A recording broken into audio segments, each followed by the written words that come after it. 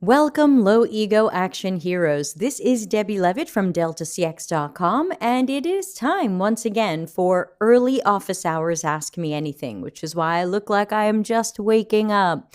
It's 10 a.m. in Italy, but it could be night where you are, who can say? So I'm doing office hours on Tuesdays twice a day to try to accommodate multiple time zones, and we'll see how that works. So we are live on YouTube and LinkedIn. I'm just going to get all the chat windows ready, but I am here for up to an hour to answer any questions that you have. All questions are welcome. You can ask them in the chat room for LinkedIn or YouTube, or you can certainly ask using the sneaky URL deltacx.link/ask. And I will make sure I'm watching all of my systems today for where these questions come in. So I don't have any questions ahead of time, which I do sometimes get. But I'm here live now if you have questions. And we have a good morning from Abby. Good morning. How are you feeling? Oh, wow, she replies fast.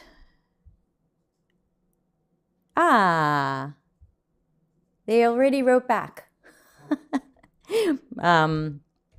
Fast emailing from a new client. Isn't that always the best when they respond like that? That's always beautiful. So as usual, office hours, ask me anything. I'm happy to take questions. If we don't have any questions, I'll hang out for 10 or 15 minutes just to see if any questions pop up, and otherwise we'll call it and say, oh, well, we tried. But if anybody does have questions, of course, I'm happy to take them. So this is office hours. We're live, and if we don't have questions, it gets a little boring. That's fine.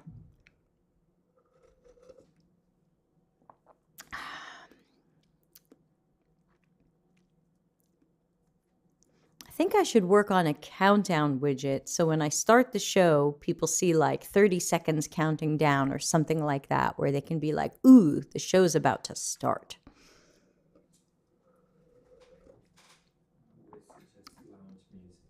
Just lounge music? Then I have to pay for that, unless I find royalty-free lounge music.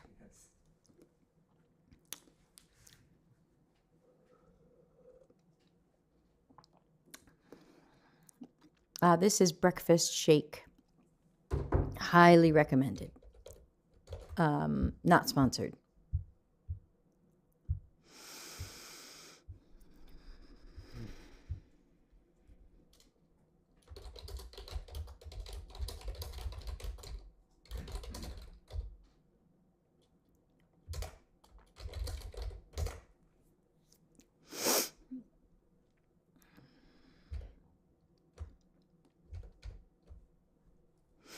If nothing happens, I'll erase this off the face of the earth. But for now, this is Office Hours Ask Me Anything, because some of you asked me to go live at a time more convenient for where you live, which is a totally reasonable request. So I am doing this twice on Tuesdays, once at 6:30 p.m. Italy time, which is in about 8.5 hours, and once now. So we'll see how much of a demand there is for the early ones, and I'll keep them if there is. And if there doesn't seem to be, then I'll just stick with the later ones.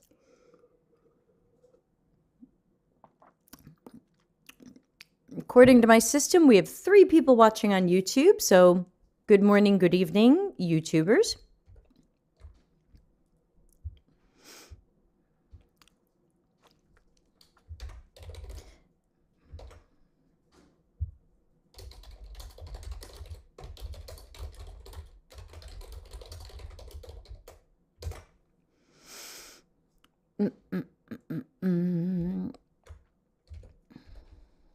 Am I missing the 2 million questions that have come in? No, I don't see it.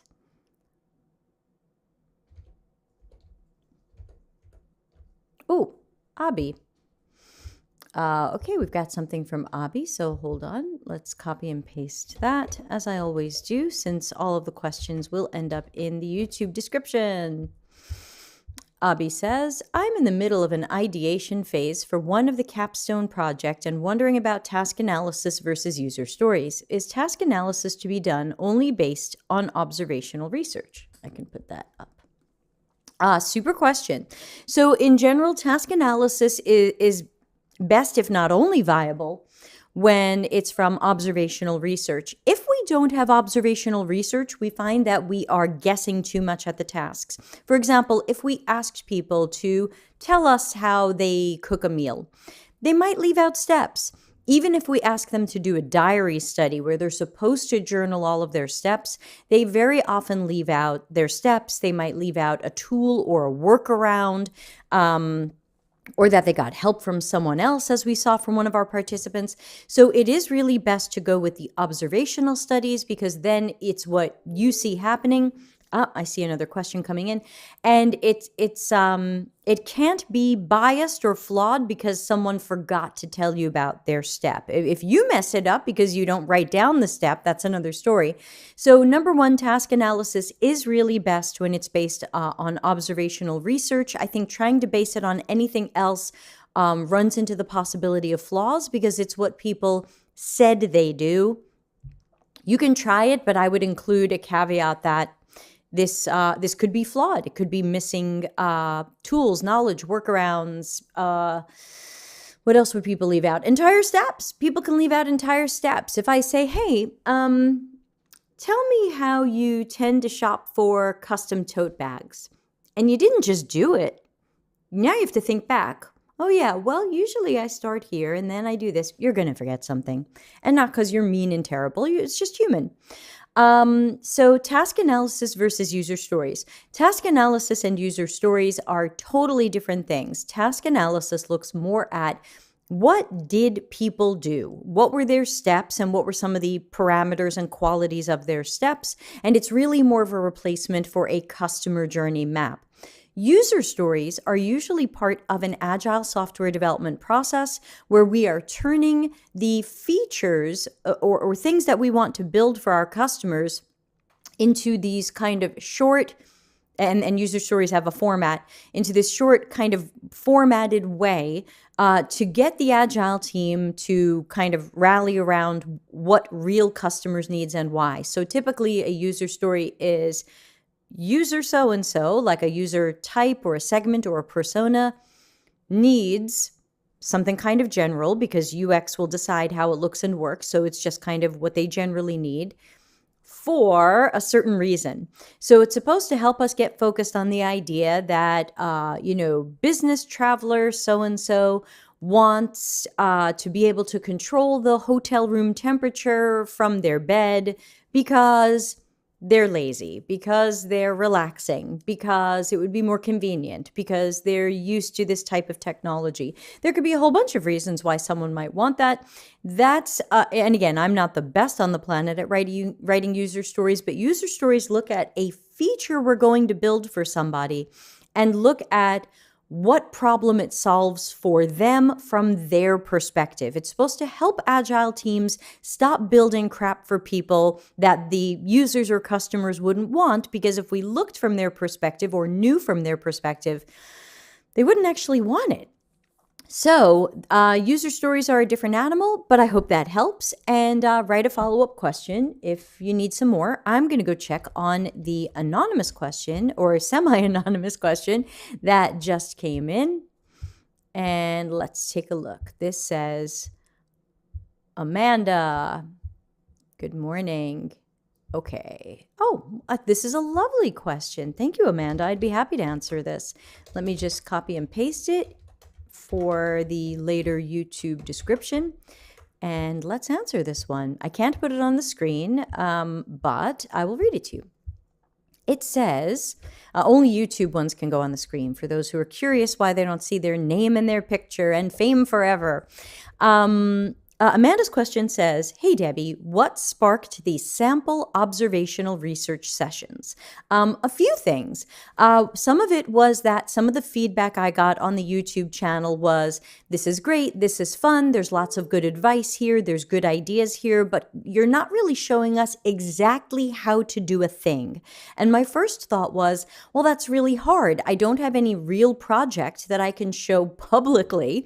I don't have any former project that I can show publicly where I can pull out old files and go, yeah, here's the video of when I researched these people, and here's my notes. Like, oh my God, I can't show you how I do anything without making up something fake. So my initial idea was make up some sort of fake research project where I can then rope some people into being participants so that we can practice our note-taking. And because that was my first idea, that's why, and I realize this now, but that's why everybody cooked something different. So that's hypothetically not the best for task analysis. With task analysis, we all want to see people doing the same task. And it's the variations of ways that they will do the same task that help us with the task analysis. I kind of got that part wrong because, again, I didn't create a curriculum and I didn't spend a lot of time planning this. I just kind of went for it and it just kept evolving as I went. So first it was, can we do some fake research so that the audience have videos they can go back to and practice their note-taking, practice observing. What do they see? What did I see? Did you see the same thing? Did you see something different? Did I miss something? So that was where I started, like help people practice observing by showing them how I do it, knowing that there are other styles out there and I don't have the best or only way.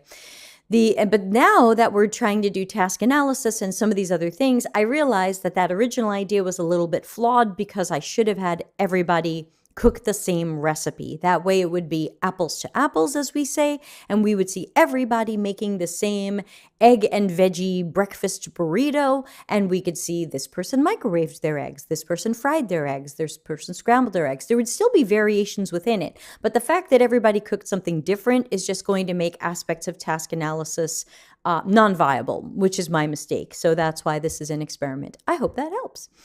R for everything is here. Hello, good morning or evening, whatever it might be for you. Let me get your question into my system and let's put it up on the screen. R for everything says, when interviewing users, what appropriate questions to ask them about competitor services they are using? Okay, so competitive analysis and learning how about people's relationships with competitors is going to be different every time. I can't say always ask this or never ask that. I can tell you that I pretty much never ask them about competitors. If someone uses a competitor, like I have some research that's coming up very soon for a project I'm doing, and we do believe we will meet people who use competitors' websites. We might just ask them, show us how you do this now. And how they do this now might be to go to a competitor. And that's totally fine. That means I don't have to ask them, what do you think of this competitor? Do you like them?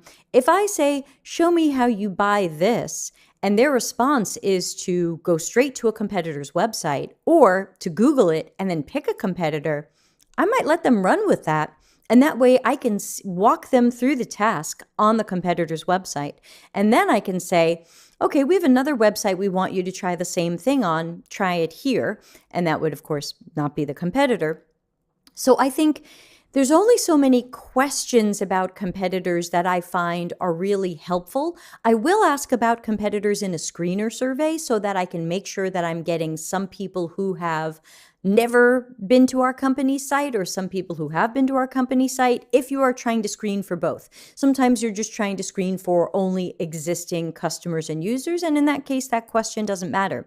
But I think in a case like the research we're working on, our research ideas have evolved a little bit as we've kind of gotten into them because we realized for this particular one, we should probably meet some people who have shopped on this website before and who haven't shopped on this website before, and then get kind of those two different perspectives of the newbie and the person who has seen it before, as well as maybe even run into some of the competitors. So, appropriate questions to ask about competitors, I would have to ask, what are you trying to learn?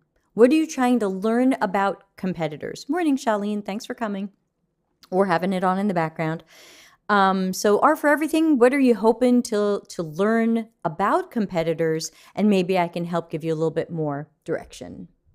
So follow-up questions, welcome. Let's see.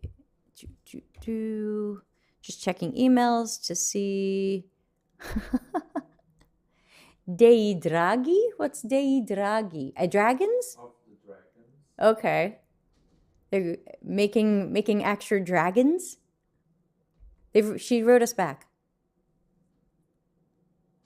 Oh, Marika? Yeah. Anyway, I'll keep talking to the audience here. Oh, okay. I'm still live, but emails are coming in from her. So I wanted to figure out what that meant. And if she's watching, hi, see you tomorrow. We have a new client who we're training on Axure tomorrow and 3 days this week. Wednesday, Thursday, Friday, we're doing live Axure training for a marketing agency.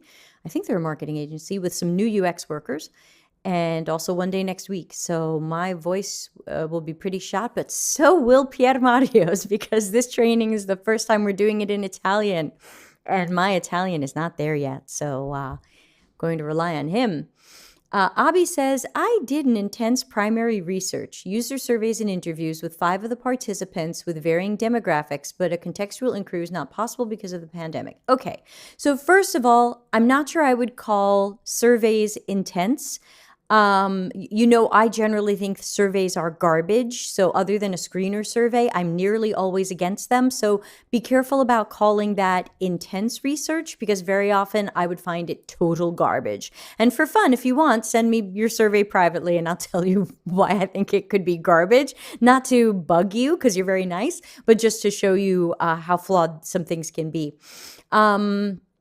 And interviews with 5 participants, also not necessarily intense. The research project we're planning right now, we're looking at 24 to 28 participants, and the one I did last year was 71. So, if you want to talk about intense, I think those are going to be pretty intense. So be careful of making this sound bigger than it is. No offense, just trying to keep you in the low ego action hero sphere.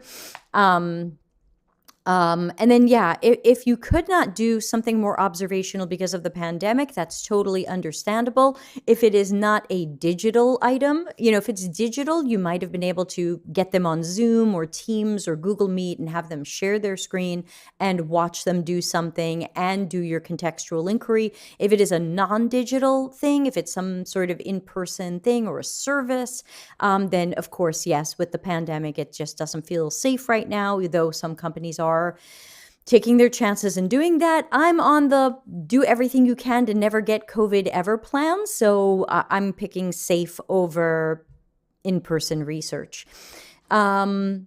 So if you didn't watch people do things, you probably wouldn't do a task analysis. You can try to put one together to see how it's coming out. But as I said yesterday in yesterday's show, as soon as you feel like you are guessing, making stuff up, filling in blanks, putting in things that didn't really happen, take it out or forget about it. So, because that at that point, that's not task analysis, that's more crappy guessing.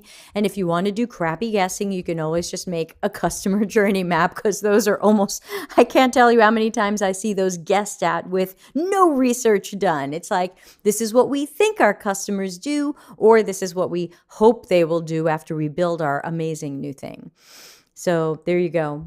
So as always, this is Office Hours Ask Me Anything. I stay for up to an hour if there are questions. If not, we can all get back to our days. But I'm happy to take any questions that you have and follow-up questions as well. You can also subscribe here on YouTube, which is super fun and doesn't cost you anything. Empathize with the like button and tell the algorithm this was pretty good. Of course, many of you are already in the Slack channel, which is great. In fact, YouTube tells me 70% of my viewers are subscribers. So that's, I think, a pretty high percentage. I have nothing to compare it to because YouTube's metrics are completely not actionable and often not meaningful. So it's amazing how little I know about anything, and I have no idea what to do or change because their metrics are so terrible. If we have no questions, maybe I will just share share my screen and show you YouTube's terrible metrics for content creators, because and then they always pop up little surveys like, YouTube gives me actionable metrics that really help me improve my channel. And I hit strongly disagree every time. And then it's like, thanks. And it's like nothing happens. So such is the world. Extra vitamin C.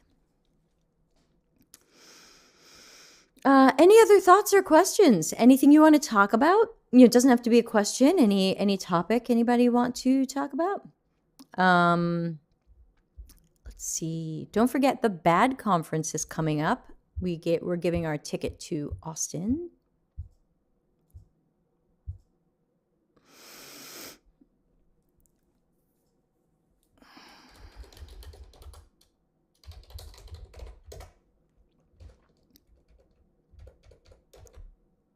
Abby says, well, how about Axure being different than other tools? Yeah, we were just talking about that. I will put that on the list for sure. Let's talk a little bit about how Axure is different than other tools. And also note that I don't have extensive experience in other tools, so I may need some of you to fact check me on some of the things. So when I think of, and Charlene says, task analysis, how granular can you go? Super. We'll have that question after this one. Thank you, Charlene. And we even have an answer from Larry, who chimed in yesterday in the LinkedIn comments after I went to sleep. So I guess he watched it late his time. So Axure versus AdobeXD versus Figma versus Sketch.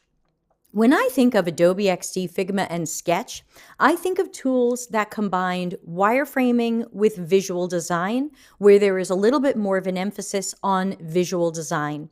The idea that things can be styled, the idea that things can be very visually designed if you want. Of course, you could make medium fidelity or mid fidelity if you'd like.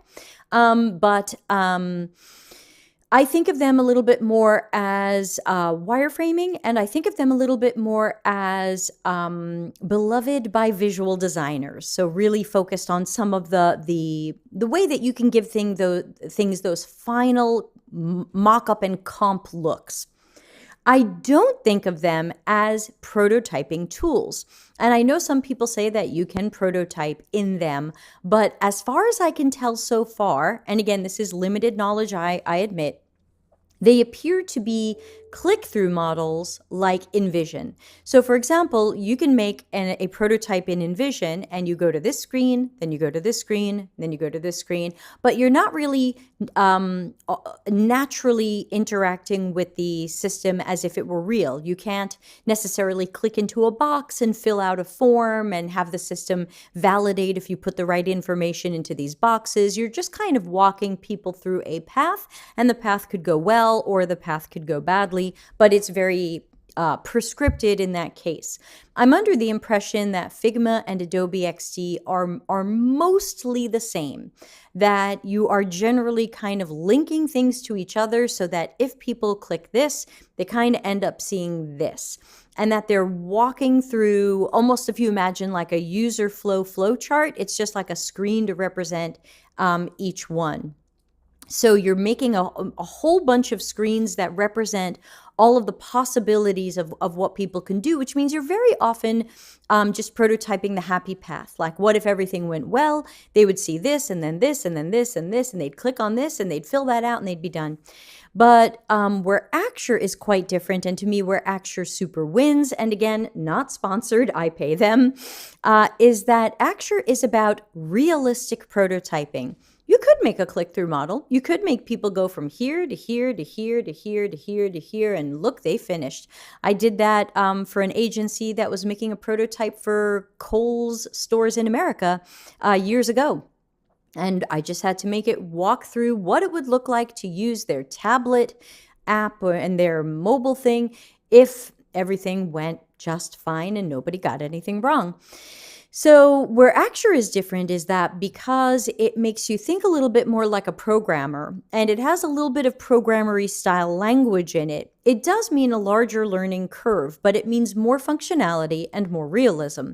So that means instead of showing somebody a barely interactive thing and saying, well, just imagine it does this, Instead of doing that, which is cognitive load, and expecting you to remember stuff, I can give you an Axure prototype and I can say, just use it. Or sometimes it is scripted. Hey, this only works if you say you're from California and you pick that you're a restaurant. Okay, now go. And so the idea is that I can make things that come up on the same screen, animate in and out. They change based on different paths. I can make it validate form fields so that if you type something in the email box, but you don't put in an email address, you get an error message. So what do error messages look like? Did we write good error messages? Are they helpful to people? Can they fix that error?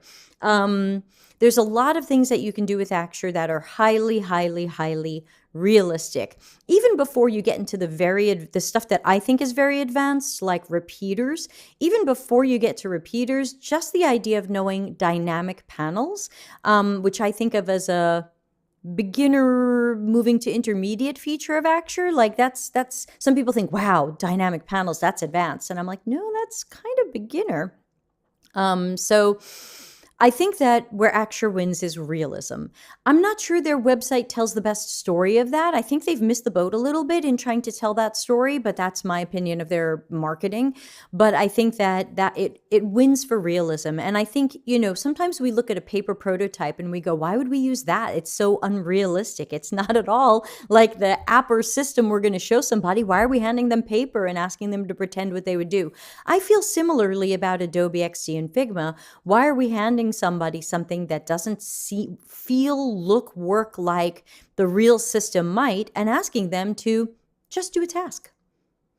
So Charlene's been live tweeting here. So she says, for prototyping where you can capture information like date, text fields, etc., Axure is an ace. Sketch and Figma don't let you do that. It's all very static. That's true, because Axure does have different types of form fields. Not only can people type into those form fields, but you can actually capture that data and use it later. So if you were doing e-commerce, you could ask people their name and address, and later on when you're confirming their order, you can say, we're shipping to name address. Now, sure, you could fake that out and put lorem ipsum, but it's definitely more realistic when people see the data they put back.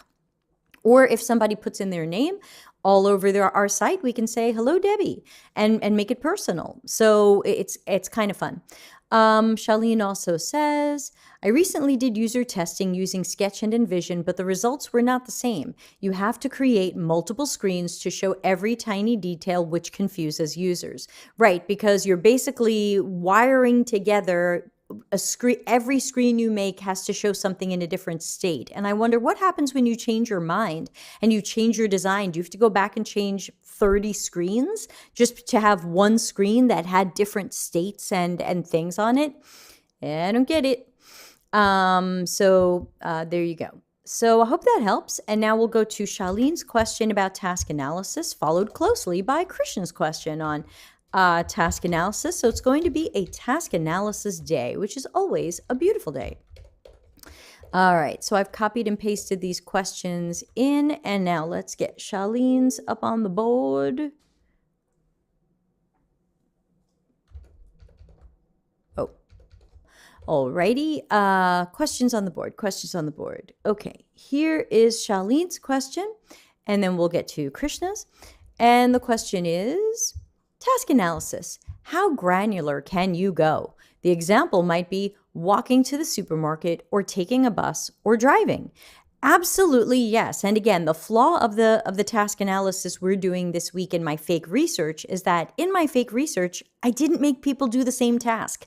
That's why the beginning of the task analysis looks great, and when people get to cooking, it falls apart. Why? Because I didn't have everybody cook the same dish from the same recipe. Then we'd be able to get granular and look at the different ways that people approached cooking the same thing. So if we wanted to forget about that and focus more on the other parts where people had more in common and did the same things, or at least had the same task, then yeah, you could include, how did you get to the supermarket? How did you order online? Did you order directly from the supermarket, or do you use one of those outside third-party delivery services? We could get more granularly into these things if we have that information and if it matches where we're going with the research. And even Larry commented on the video. Let me go to Larry's comments. He left some comments on LinkedIn, so I pasted them in the YouTube description. He said, start by being less granular. Capture the big steps of the task. You can revisit the task flow and add granularity or precision, but even then, don't get too granular since you'll be changing it again later. So that was one thing that Larry said. So I think that it's up to the granularity is up to how does it serve the research and what we're trying to do. So if it were important for our company's research to figure out how did people get to the supermarket, we would probably ask more questions around that and we'd include it in the task analysis. Since for our fake research, we didn't have research goals, there's probably nothing that our company can invent or do that change people's supermarket transportation or that aspect of their task. So it was something that we deemed either not important or not relevant. So we do know how people went to the supermarket, but we didn't get too granular with it. We decided it wasn't important. But we got a little bit more granular with other things. We learned more about people dealing with some of their food allergies or sensitivities or preferences. We certainly learned a little bit about people's households. So I think you have to decide in your planning where you want to really get into it and where you might stay more high level just for general information. And again, hypothetically, if all 8 people had cooked the same dish from the same recipe, our task analysis for the cooking part would have been better, because then we would have looked at the different pans they use, the different problems with stoves, the different problems with timing, the different variations people did, even when following the same recipe. So I had determined that that wasn't totally important for this fake research, but now we can see it messes up the task analysis. So generally in a task analysis, you are comparing apples to apples. You're not comparing people doing different things to each other. And where there are some slight variations, like I took the bus to the supermarket, I took a car to the supermarket, you'll just show those as variations of steps and then kind of keep going. Because even though they did something different, they all then came back together because they went shopping and they got food.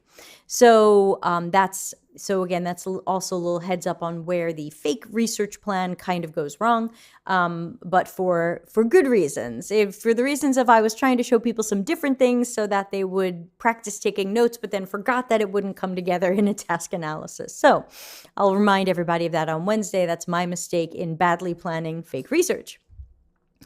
I hope that helps. Krishna says, hello.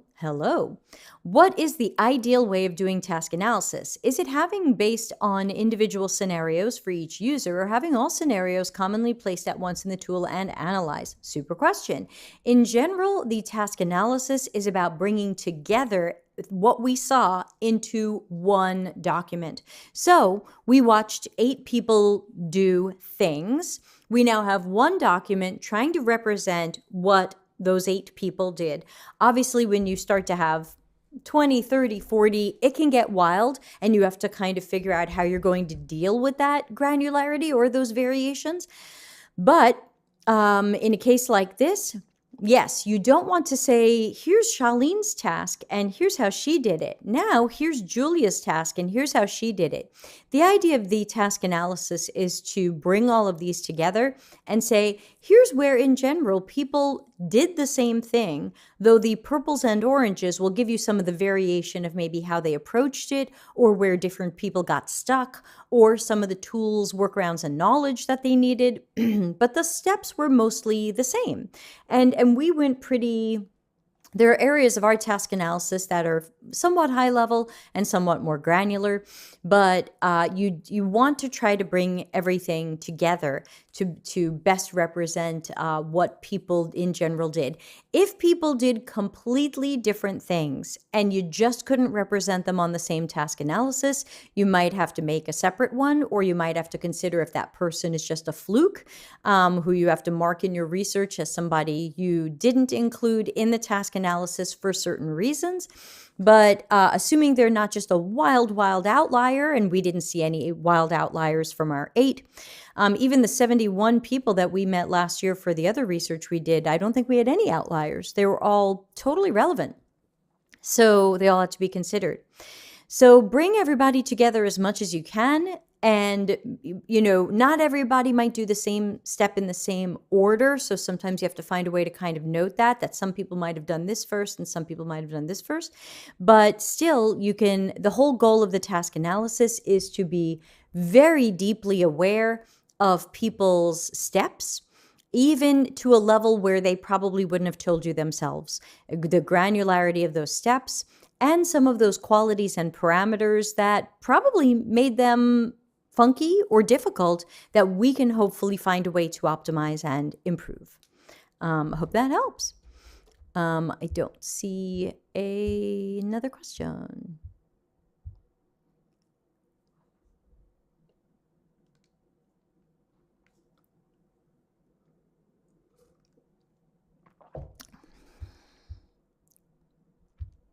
I'm just checking for questions and not finding questions. So if you have a question, let me know. It's office hours. Ask me anything. I normally stay here another 20 or so minutes. If you're out of questions, we can end it early. Remember the days of when I used to end my streams early because we ran out of questions. Now we run out of time. You're welcome.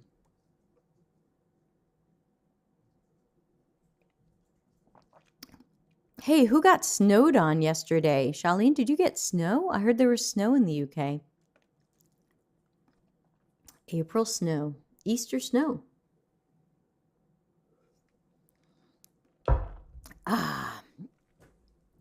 Now switch to water.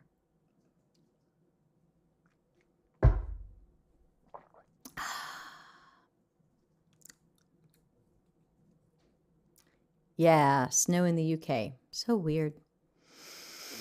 We had a bunch of days of like 22, and now today is like 14, and tomorrow's supposed to be 10, so I'm probably going to get a cold.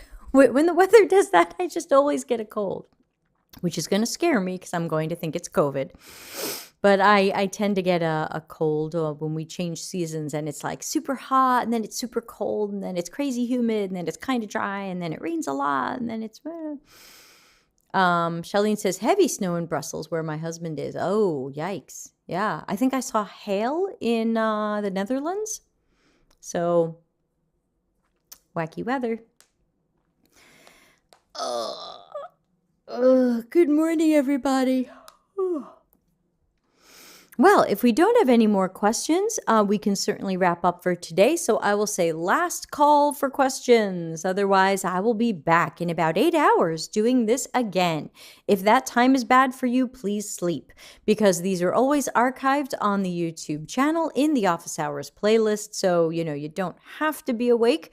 And if you have a question, you can always send it ahead of time to deltacx.link/ask and mark if you want it answered for the early or late one, and it'll be answered, and you can just watch the archive later. Okay, Charlene's got a question, so I'm not leaving yet.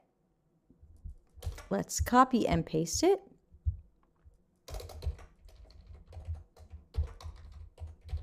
Okay.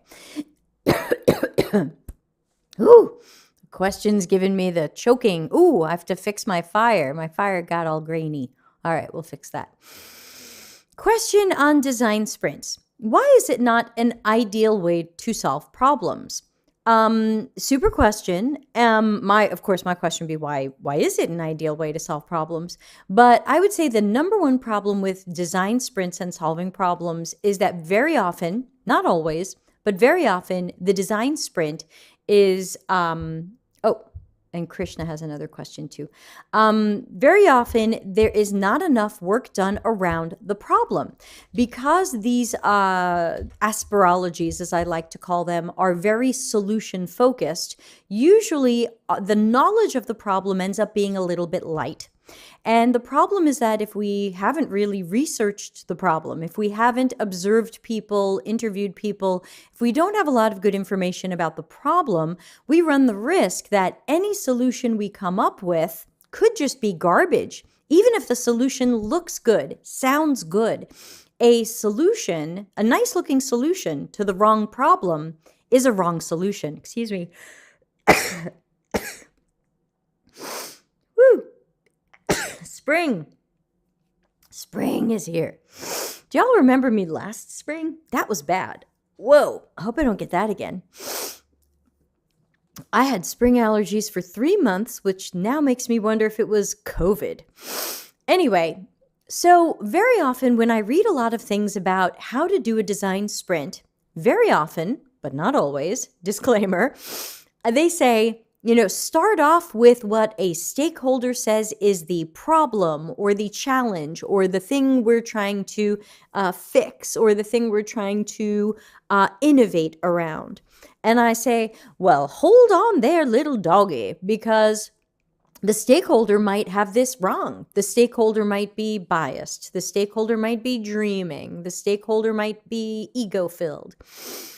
Are we sure that this is the real problem, the right problem, the only problem?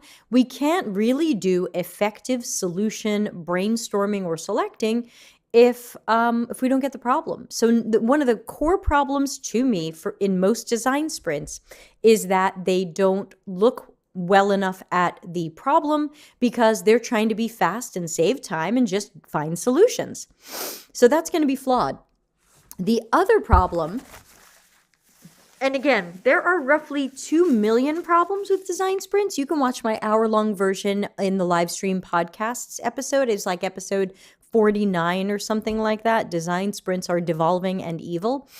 But I would say another, not to go on for an hour, but another core problem with design sprints is that in user-centered design, when it's time for us to see if a concept is right for our user, we typically want to do usability testing with our users or archetypes that will match them. In design sprints, we pick our solution by people in the room voting. And I remind people that in regular everyday CX and UX life, we don't design something, hang it up at our desk, or post it up somewhere and go, hey, everybody, vote on this. Which one do you like? Hey, coworkers, which one do you like better? We don't pick our designs that way, and we certainly shouldn't.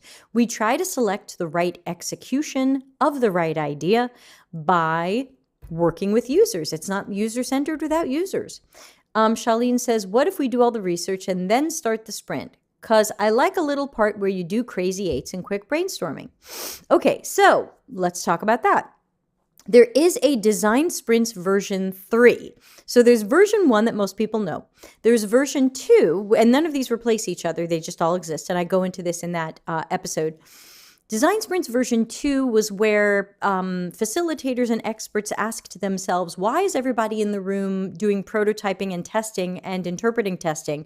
That doesn't make sense. Give that to the experts and cut down the length of the design sprint so that we only need people for 2 days. And we'll take the first 3 days and make them 2 days, and they'll really just identify the problem, sketch some stuff, and pick the winner. Then they can leave. We'll do that in 2 days. And then we'll give experts prototyping, testing, interpreting, testing. That was Design Sprints version 2. Design Sprints version 3, which is also out there and doesn't replace 1 or 2, realized this exact thing that I was just saying, that sometimes a design sprint problem or challenge, especially as delivered by a stakeholder, ends up being garbage. And so they suggest that experts take weeks ahead of time to do that research, to do the qualitative research, hopefully observations, interviews, and the experts will make all of those documents. So instead of it being a team craft project to make a customer journey map, the experts who did the research will do all of those deliverables. So if you need a customer journey map or task analysis or personas or whatever it might be, that's going to be that. And then in Design Sprints version 3, everybody works from that, and then they do their sketching, voting, prototyping, testing. So I think they end up with a 4-day design sprint. And what I noticed was if you take off the front part where we should do all the research and those documents, and you take off the end part, which is we should do the prototyping and testing, what you're really left with is, hey, everybody, let's all get in a room and brainstorm. And that's kind of where your question comes in. Isn't it kind of neat if we do the research and do crazy eights and quick brainstorming? So my solution to this, and again, some people like this and some people don't, is I still don't understand why we're having people sketch screens. Because to me, there are ideas and there are executions of ideas. The execution is, here is my screen. This is what this looks like and how it works. The idea is more at the high concept level. Hey, what if we had something that did this? Or what if we had something that helped people with this? What if we had something that could scan a barcode when our people are shopping and it could tell them if they're allergic to anything in here? Just a quick yes or no, like, yes, this has secret hidden peanut butter. Yes, this has secret hidden lactose. Now, I didn't say exactly how that looks. I didn't draw a screen. I didn't say how it works. It's just an idea. So when I do brainstorming sessions with teammates, clients, whoever it is, and I do that very rarely, but when I do it, I make sure that they give ideas. I think it doesn't make sense to have people drawing stuff because drawing stuff is very specific. And what ends up happening is some people are bad at drawing. Some people don't know what the execution of their idea looks like. They just have the idea. Now they have to draw it. They're not interaction designers. So I do, my version is to have people give ideas, and I have them give them in the format of user stories. So for example, it might be, so what was I just saying? People with, say we have a persona, people with food allergies, or that's a segment or a group. People with food allergies want or might want a way to scan a barcode and easily know if there are any allergens in there, because reading labels is difficult, because the text is too small, because they don't understand words, sneaky words for chemicals. They don't, lots of reasons. But again, we didn't draw it because it doesn't matter as much what it looks like yet. It just matters if we have good potential concepts. And very often in these sessions, there will be plenty of terrible potential concepts. So I'm just looking up crazy eights just to make sure it is what I think it is, because I don't want to say something extra stupid, but in general, I hate all of these. So let's see. Crazy Eights is a fast sketching exercise challenging people to sketch 8 distinct ideas in 8 minutes, push beyond your first idea, and generate a wide variety of solutions. I push people to generate lots of ideas, but I never make them draw them. Just give me a quick description of your idea, My idea is that they shoot a barcode to see if they're allergic to anything. My idea is that there's a RF tag on every box in the supermarket, and you wave your phone over it, and it tells you if you're allergic to it. My idea is you are on... you're shopping with a live assistant on your phone who looks up everything for you and tells you if you're allergic to it. Okay, it's a terrible idea. Write it down anyway. I think that you can do the equivalent of that without drawing. So my main thing is to stop everybody from all the bad wireframing, because ultimately there could be great ideas in there that were drawn in ways that suck. And sometimes people fall in love with the way it was drawn, especially if it won the vote.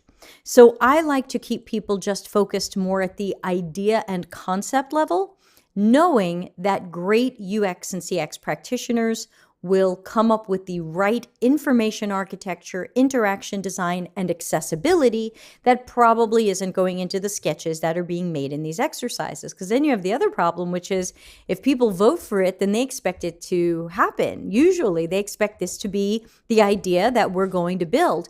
And if CX or UX comes in and goes, well, this is kind of crap. This isn't the best way to do this. And then everyone's like, what happened to Jim's idea? Why'd you change it? So I think we can avoid a lot of conflict if we kept this brainstorming more at the idea level, more at the high level concept and idea level, and why it's going to be good for users. And let great information architects and interaction designers do the rest. So that's why I think a lot of this isn't ideal. And especially the long versions of the design sprint, where it's like, why is everybody pretending to do UX work when they don't know? Charlene says, yeah, draw is too much into wireframes. Once we did Crazy 8, but it was up to people to sketch or just write points or scribble. Exactly. I think that if we just ask people, I've done, I call it, I called it my ideation workshop in my book, but then I realized later design sprints and design thinking call everything ideation. That's going to get it confused. I think you can call it a brainstorming workshop. And ultimately, I just want to collect ideas. I just want new ideas, and then we'll figure out the right interaction design for the ideas. It is not up to a product manager, an engineer to know the best interaction design for their idea, but I want their ideas because they're going to have good ideas. That's what I would say. We've got a few more minutes, and so we've got a question from Krishna, and it looks like this. Could you share some insights on task list and task flow? How do you mean that? Are you still here, Krishna? What does that mean? What is a task list? Because we're talking about task analysis and optimized task flow. So I'm not totally sure what you mean there. Like insights about what? I don't know. Ask again. Try again, says the 8-ball.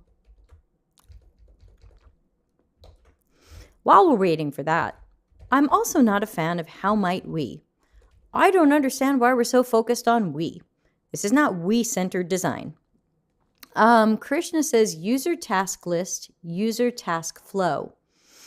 I haven't seen user task list before, so that's new to me. I would be more of a task analysis kind of person. User task flow? Are these the same things I'm doing and you're giving them different names, or are these different names? Now I have to go Google them. What is a user task list UX? No, not seeing it.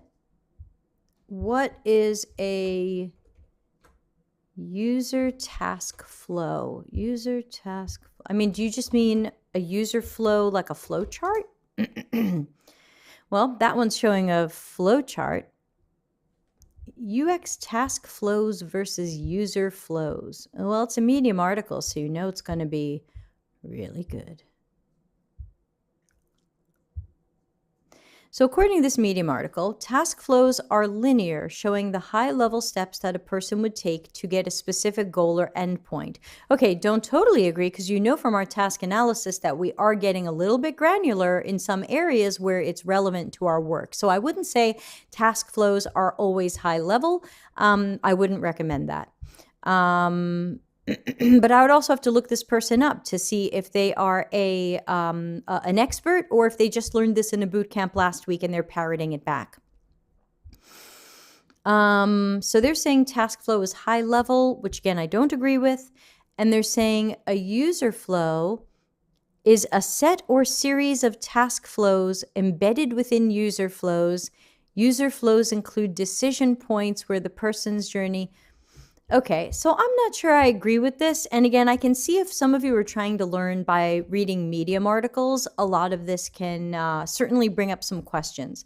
So what I would say is the task analysis is meant to be a somewhat granular look at people's steps. But the idea of the artifact is that we are also bringing some of the parameters into, Charlene says, I read that article. It was confusing. Yeah, I'm done with it already. The task analysis brings in parameters that I haven't seen in any other artifact. I don't see it in customer journey maps. I don't see it in user flows, where we're looking at how did people do this step of the task? What were their tools, workarounds, knowledge? What were their questions, issues, and obstacles? I don't often see that in customer journey maps, and I definitely don't see it in user flows, which is usually just a flow chart saying someone did this, then they had this decision point, they did this or this, then they did this, then they did this or this. So I think that the user flow is a flow chart, and very often the user flow I've seen as the optimized version. So I rarely see a user flow of what people are going through now, people usually choose to do a customer journey map to show what people are doing now. And then they typically do the user flow to show the optimized version of what their workflow could be. I think the task analysis and the optimized task flow are a better choice in terms of artifacts. I think they've got a lot more information and help you find a lot more opportunities and insights for your research project or the company you're working for or the product you're working on. Krishna says it was actually. Do you mean it was that Medium article? Because that can definitely be confusing. It's definitely confusing when people say, hey, it's this and not this. And I'm always like, who is this person? And, I can even go back to LinkedIn and I can look up this person, and because I haven't heard of them, and I'm not looking to poop on them, but it's like, who is this person? This person doesn't exist on LinkedIn?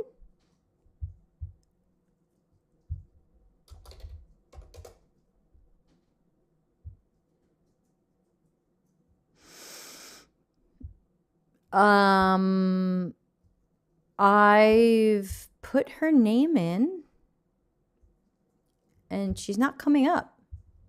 So she blocked me? So I can't tell you anything about her because I cannot see her on LinkedIn, which means one of us blocked the other. I assume she exists.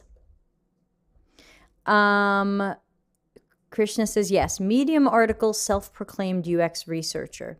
Yeah, it's hard to know. And that's why I look people up on LinkedIn. But of course, if they've blocked me or I've blocked them, then, I can't really see their background. Oh, I just tried to go to her website and I got page not found. Does she exist? Did something happen? Now I'm worried about her.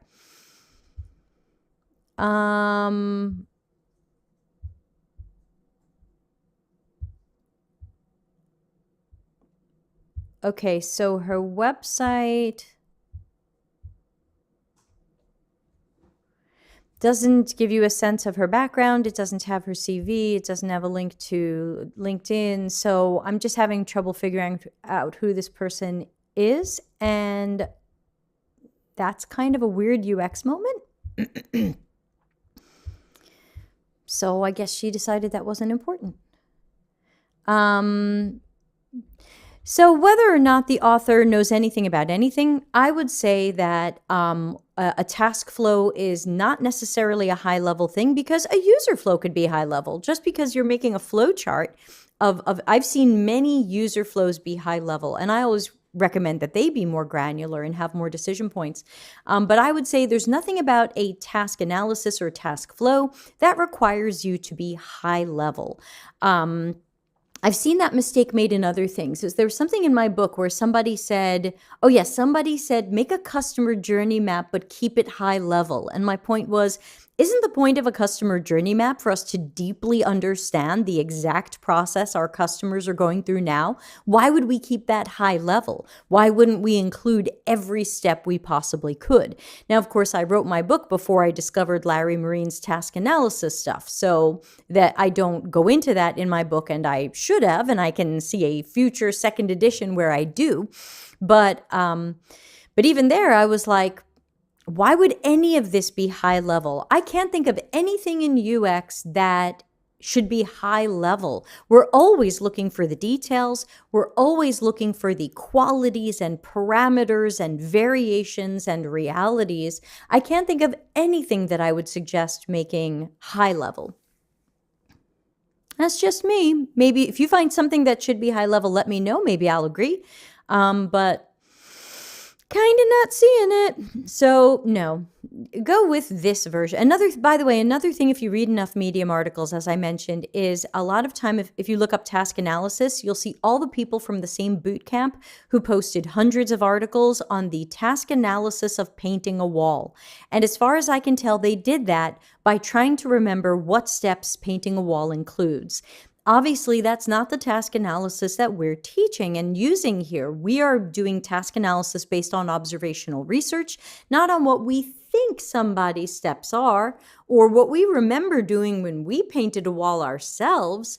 That's ego-based design. You're not being a low-ego action hero when you guess at what somebody else's process is. We have to see their process to know what it is.